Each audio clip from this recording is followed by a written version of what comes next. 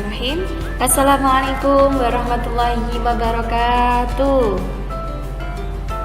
Alhamdulillah kita bertemu lagi ya Nana. Bagaimana kabarnya? Semoga sehat selalu ya. Pada kesempatan kali ini Ustazah akan membahas tentang sistem reproduksi tumbuhan. Setelah kemarin kita sudah berjibaku dengan sistem reproduksi manusia ya. Oke.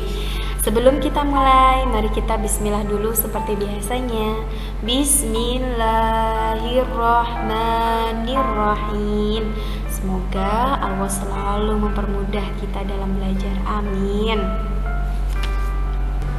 Seperti biasa, sebelum kita belajar lebih lanjut, kita harus tahu dulu hari ini kita mau belajar apa. Maka kita harus bikin mind map ya.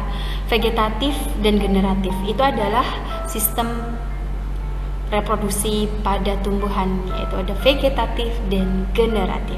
Vegetatif itu tanpa kawin dan ada dua jenisnya, yaitu alami dan buatan. Sedangkan generatif itu dengan kawin, pastinya hanya dengan satu cara, yaitu penyerbukan atau polinase. Vegetatif ya, apa sih itu? Tadi sudah dijelaskan singkat di mind map, yaitu reproduksi tanpa didahului oleh peleburan sel kelamin jantan dan sel kelamin betina. Vegetatif alami. Yang pertama adalah vegetatif alami. Nah, ini adalah contoh vegetatif alami, yaitu terjadi secara alami ya, tanpa adanya bantuan dari manusia. Ada tunas. Contoh tunas di situ adalah bambu. Tunas itu adalah bakal tunas yang tumbuh di ujung batang atau ketiak daun. Nah, itu disebut dengan tunas. Yang kedua ada stolon atau geragi di situ ya. Stolon atau geragi itu adalah batang yang tumbuh menjalar di atas tanah. Contohnya arbei, stroberi, rumput teki ya. Next, rizoma atau akar tinggal, yaitu batang yang tumbuh di dalam tanah. Jadi batangnya itu tumbuh di dalam tanah begitu. Dan pastinya ciri dari batang itu kan memiliki ruas. Jadi mereka ini berruas-ruas ya. Contohnya ada jahe, kuncur, temulawak, kunyit, ginseng dan lain sebagainya ya. Next, umbi lapis, pastinya berlapis-lapis dong. Umbi lapis itu adalah batang yang dilapisi daun berdaging yang berfungsi untuk cadangan makanan. Contohnya bawang merah, bawang putih, bawang bombay ya. Next, ada umbi batang. Umbi batang berarti tempat menyimpan amilum atau pati yang ada di dalam batang gitu ya. Contohnya adalah kentang, wortel, lobak, ubi jalar gitu ya. Nah, di sana seperti yang Ustazah jelaskan tadi, bahwasanya ciri dari batang itu memiliki ruas, maka kentang, wortel, lobak itu pasti memiliki nodus-nodus di buahnya gitu ya. Dimana ada pokoknya nanti terlihat ada titik-titiknya. Nah, itu adalah ruas ya. Next, ada tunas adventif. Tunas adventif adalah bakal tunas yang tumbuh di akar atau tepi daun. Nah, terlihat jelas ya di tepi daun. Contohnya adalah cocor bebek. Nah, itu dengan memindahkan tunasnya ke tempat yang baru atau tanah, begitu pasti akan tumbuh insyaallah. Next, umbi akar.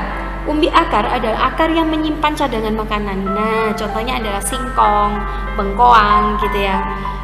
Next, spora jamur. Nah, spora, sel yang akan tumbuh menjadi individu baru jika berada di lingkungan yang mendukung.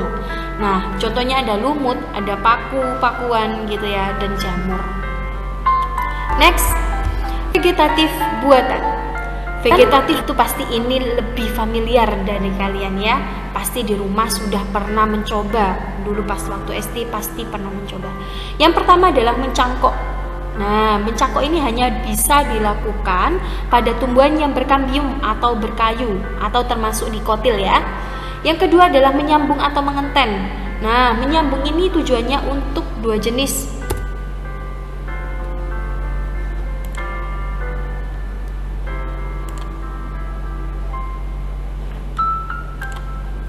Ya, menyambung atau mengenten ini pastinya menyambung dua jenis tanaman. Jadi terdiri dua jenis tanaman yang berbeda sifatnya. Biasanya dilakukan pada pucuk tanaman. Contohnya ada singkong, tomat, ya, kemudian ada terong gitu.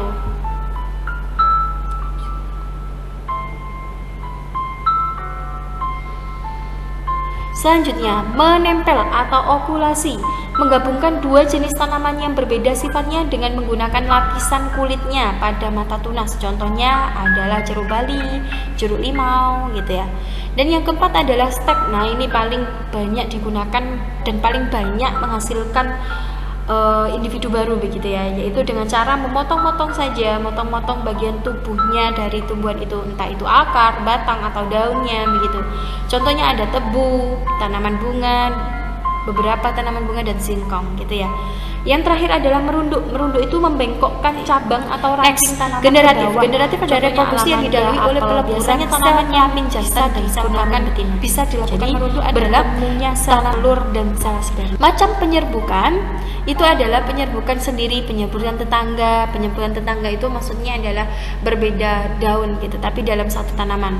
Kalau penyerbukan silang, tanaman lain tetapi tetap satu jenis, sedangkan penyerbukan besar itu adalah lain bunga dan lain jenisnya.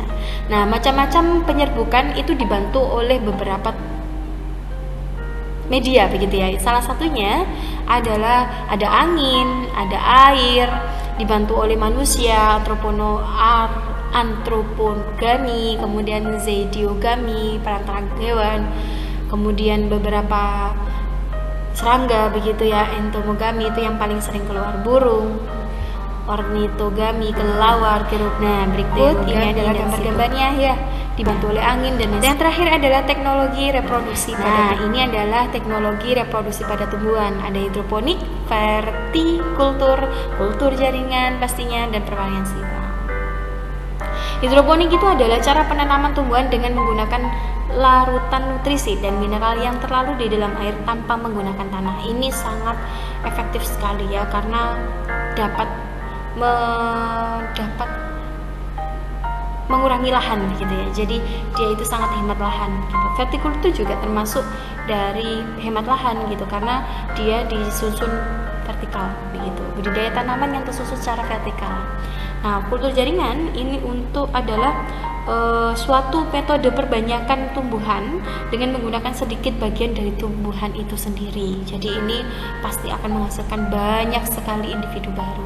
Yang terakhir adalah perkawinan silang, yaitu dilakukan dengan mengawinkan suatu jenis tumbuhan dengan tumbuhan jenis lainnya yang bersifat unggul. Nah, ini menghasilkan individu-individu. Nah, dari pembahasan tadi pasti diambil garis besar gitu, perbedaan vegetatif dan generatif itu apa.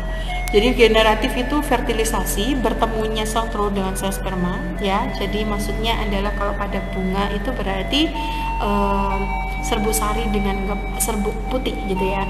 Kalau vegetatif itu tanpa fertilisasi gitu.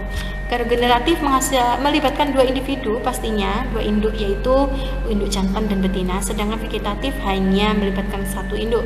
Generatif itu keturunannya variasi, jadi ada yang sama, ada yang berbeda dengan induknya, entah itu mirip dengan betinanya atau mirip dengan jantannya. Sedangkan vegetatif itu keturunannya sama dengan induknya pastinya, karena hanya melibatkan alhamdulillahirobbilalamin. Pembahasan kali ini selesai sampai di sini, semoga bermanfaat. Terima kasih, mohon maaf jika Ustazah punya salah. Assalamualaikum warahmatullahi wabarakatuh.